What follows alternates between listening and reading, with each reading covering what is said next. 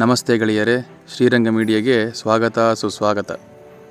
ಇಂದಿನ ಸಂಚಿಕೆಯಲ್ಲಿ ಅಕ್ಷಯ ತೃತೀಯ ಹಬ್ಬದ ಬಗ್ಗೆ ನಾವೆಲ್ಲರೂ ಕೂಡ ತಿಳಿದುಕೊಳ್ಳೋಣ.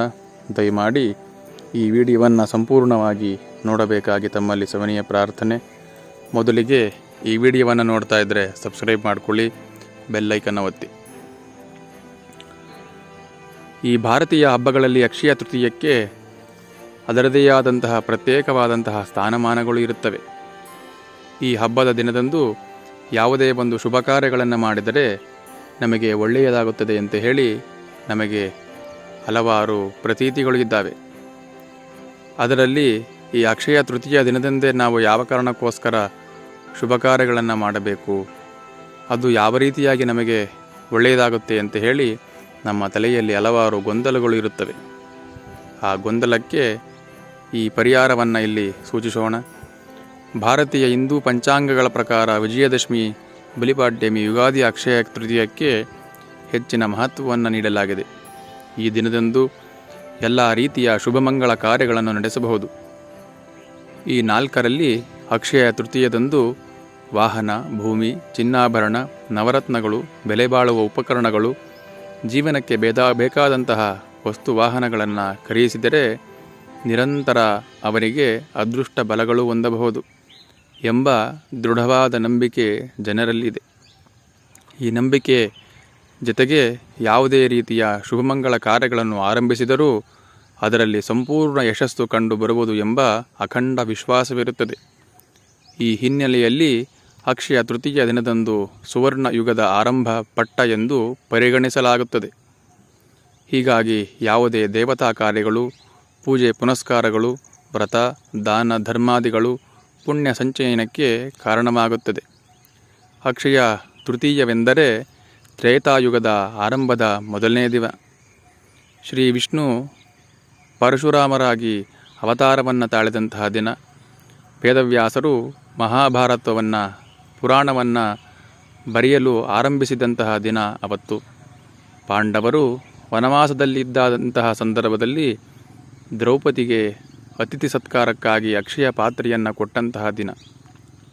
ಶ್ರೀಮಾತಾ ಗಂಗಾದೇವಿಯು ಶಿವನ ಜಟೆಯಿಂದ ಭೂಮಿಗೆ ಅವತರಿಸಿದ್ದು ಇದೇ ದಿವಸ. ಪರಶಿವನು ಬ್ರಹ್ಮನ ಶಾಪದಿಂದ ಮುಕ್ತನಾದನು. ಆನಂತರ ಶಿವನ ಜಟೆಯಿಂದ ಭೂಲೋಕಕ್ಕೆ ಬಂದಂತಹ ಗಂಗೆಯ ಶಾಪದಿಂದ ಆ ಪರಶಿವನು ವಿಮುಕ್ತನಾದಂತಹ ದಿನ ಇವತ್ತು. ಶ್ರೀಕೃಷ್ಣನಿಗೆ ಕುಚೇಲನು ಅವಲಕ್ಕಿಯನ್ನು ಕೊಟ್ಟಂತಹ ದಿನ. ಆ ಅವಲಕ್ಕಿಯನ್ನು ಕೊಟ್ಟ ಕಾರಣಕ್ಕೋಸ್ಕರ ಆ ಕುಚೇಲನು ಅವತ್ತು ಕುಬೇರನಾದದ್ದು ಇದೇ ದಿವಸ.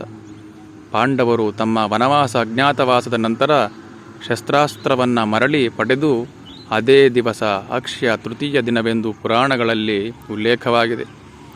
ಅದಕ್ಕೋಸ್ಕರ ಈ ಎಲ್ಲ ವಿಚಾರಗಳು ಈ ಭಾರತೀಯ ಸಂಸ್ಕೃತ ಪರಂಪರೆಯಲ್ಲಿ ತುಂಬ ಆಳವಾಗಿ ಇರುತ್ತವೆ.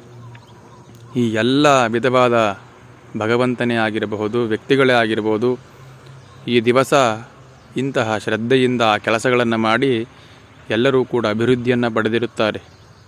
ನಾವು ಕೂಡ ಅಂತಹ ದಿನದಂದು ವಿಶೇಷವಾಗಿ ಯಾವುದೋ ಒಂದು ಫಲಕ್ಕೋಸ್ಕರ, ಯಾವುದೋ ಒಂದು ವಸ್ತುಗೋಸ್ಕರ ಪೂಜೆ ಪುನಸ್ಕಾರಗಳನ್ನು ಮಾಡಿದರೆ ಆ ಭಗವಂತನು ಸಂಪೂರ್ಣವಾಗಿ ನಮಗೆ ಫಲ ಕೊಡ್ತಾನೆ ಅಂತೇಳಿ ಒಂದು ನಂಬಿಕೆ. ಆನಂತರ ಜೀವನದ ಅಭಿವೃದ್ಧಿಯ ಕುರಿತು ಇರುವ ಸಕಲ ಸಂಕಲ್ಪಗಳನ್ನು ಸಾಕಾರಗೊಳಿಸುವುದು ಈ ಅಕ್ಷಯ ತೃತೀಯ. ಅಂದರೆ ಈ ಅಕ್ಷಯ ತೃತೀಯ ದಿನದಂದು ನಾವು ತಮ್ಮ ಜೀವನದಲ್ಲಿ ಆಗ್ತಕ್ಕಂಥ ಒಳ್ಳೆಯ ವಿಚಾರದ ಬಗ್ಗೆ ಸಂಕಲ್ಪವನ್ನು ಮಾಡಿಕೊಂಡರೆ ಅದು ಖಂಡಿತವಾಗಿಯೂ ಕೂಡ ನಿವಾರಣೆಯಾಗುತ್ತದೆ. ಆನಂತರ ನಾವೆಲ್ಲರೂ ಕೂಡ ಇವತ್ತು ಚಿನ್ನವನ್ನು ಖರೀದಿಸಿದರೆ ಒಳ್ಳೆಯದಾಗುತ್ತೆ ಅಂತ ನಾವೆಲ್ಲರೂ ಕೂಡ ಕೇಳಿರುತ್ತೇವೆ. ಎಲ್ಲರೂ ಕೂಡ ಚಿನ್ನವನ್ನು ಖರೀದಿಸಲು ಮುಂದಾಗುತ್ತೇವೆ. ಅಕ್ಷಯ ತೃತೀಯ ದಿನದಂದು ಸ್ವಲ್ಪವಾದರೂ ಕೂಡ ಚಿನ್ನವನ್ನು ಖರೀದಿಯನ್ನು ಮಾಡಿದರೆ ನನ್ನ ಬಾಳು ಬಂಗಾರವಾಗುತ್ತದೆ ಅಂತಹ ನಂಬಿಕೆ, ಪ್ರತೀತಿ. ನಾವು ಈ ದಿವಸ ಹಲವಾರು ಓಲೆಗಳನ್ನು, ಕಾಲ್ಗೆಜ್ಜೆಗಳನ್ನು, ಕಾಲುಂಗುರ, ಕಡಗಗಳನ್ನು ಧರಿಸುತ್ತಾರೆ. ಅದರಿಂದ ನಮಗೆ ಎಷ್ಟೋ ತೊಂದರೆಗಳು ನಿವಾರಣೆಯಾಗುತ್ತೆ. ಅದೇ ರೀತಿಯಾಗಿ ಈ ಚಿನ್ನವನ್ನು ಕೂಡ ಧರಿಸುವುದರಿಂದ ನಮಗೆ ಯಶಸ್ಸು ಖಂಡಿತವಾಗಿ ದೊರೆಯುತ್ತದೆ.